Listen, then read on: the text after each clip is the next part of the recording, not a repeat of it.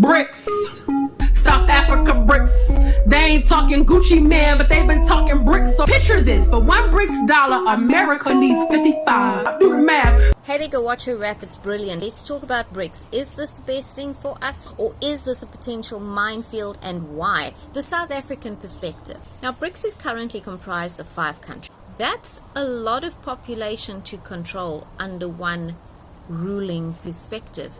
How much autonomy will we lose? If we consider that we are currently struggling to actually get our governments to hear us, how much will our governments hear us when they are part of a greater alliance that's telling them what to do?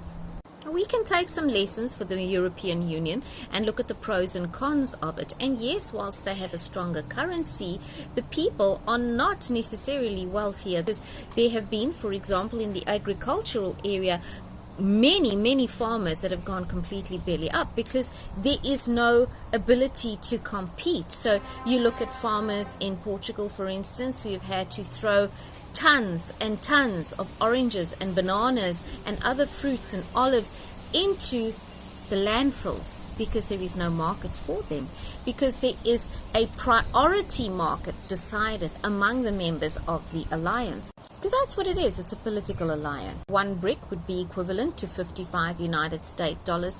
That's kind of a huge selling point, given that most of us in Africa and the Asian continent have been exposed to a very high exchange rate, so our buying power is very limited.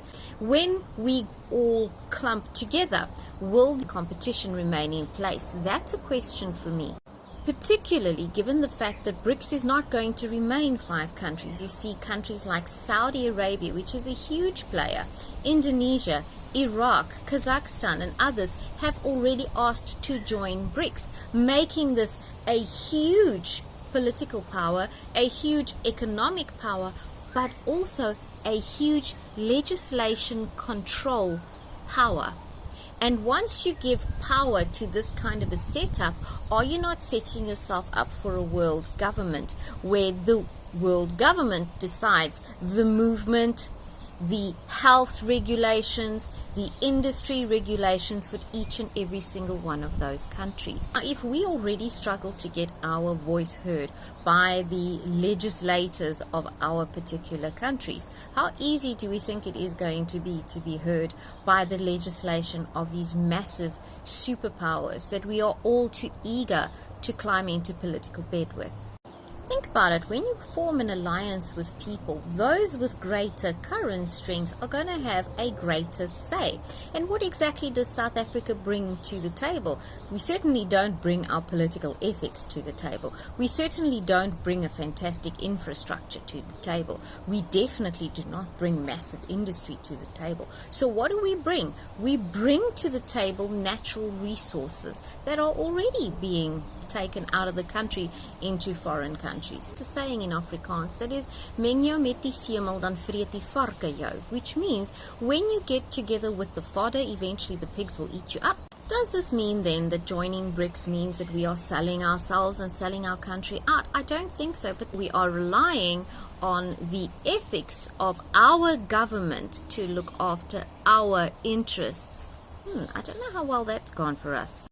But what's the alternative? To stay out of Brics? Well, we can't do that either, particularly with these other countries wanting to join in, because then we will be left out in the cold and even worse off than we belong. So we are in a bit of a catch-22 situation. Is also the saying to keep your friends close and your enemies closer, and perhaps then Brics does a bit of that too. It was very easy for the European Union to determine laws for the movement of people during the pandemic, and I think it'll be just as easy for Brics countries to do the same. One thing she says is very true, is grow your own stuff and learn. I would add to that, learn about natural remedies, because as the world becomes more digital and the powers become more polarized and we the people become more subject to a global kind of policy, the more information is eroded. It takes one EMP to take us all out. How many of us know how to grow our own stuff and produce our own food and produce our own medications and preserve our own foods? Do you? My perspective is, regardless of what they are doing up there, and regardless of how that's going to affect us financially, there are basic human needs that need to be taken care of. The first one being food, the second one being shelter, the third one being physical health. And those are things that we can still take care of ourselves if we know how, and we don't forget how, and we don't get led so far into the digital world that we forget to actually relate to one another physically and learn from one another. It's very difficult to learn from one another with the kind of rules that are coming up about the sharing of information. Look at the new laws. I posted a video about the new misinformation rules for YouTube, which will also affect Instagram and will also affect Facebook, where you cannot actually share anything that goes against the local authority or the World Health Organizations, be it natural, be it political, or be it a disagreement about certain health practices. We must be wary of creating a monster, and at the moment we have governments who do what they want, and often we are not asked, and certainly if we are asked, it's literally just to kind of close our eyes to the fact that they're going to do things anyway. So what we have to do as individuals, as families, is to band together here at grassroots level and start to build bridges with one another and start to learn from one another, because there may come a day when this digital platform isn't really real, but it is only there to share what the man wants us to share or allows us to share.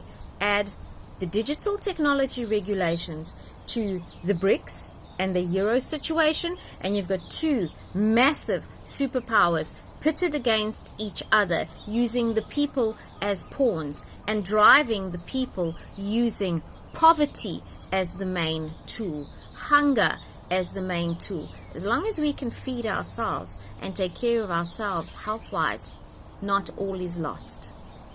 It may seem silly to just grow some herbs on your windowsill, but it's important because you're teaching your kids a skill that they may need for survival down the line.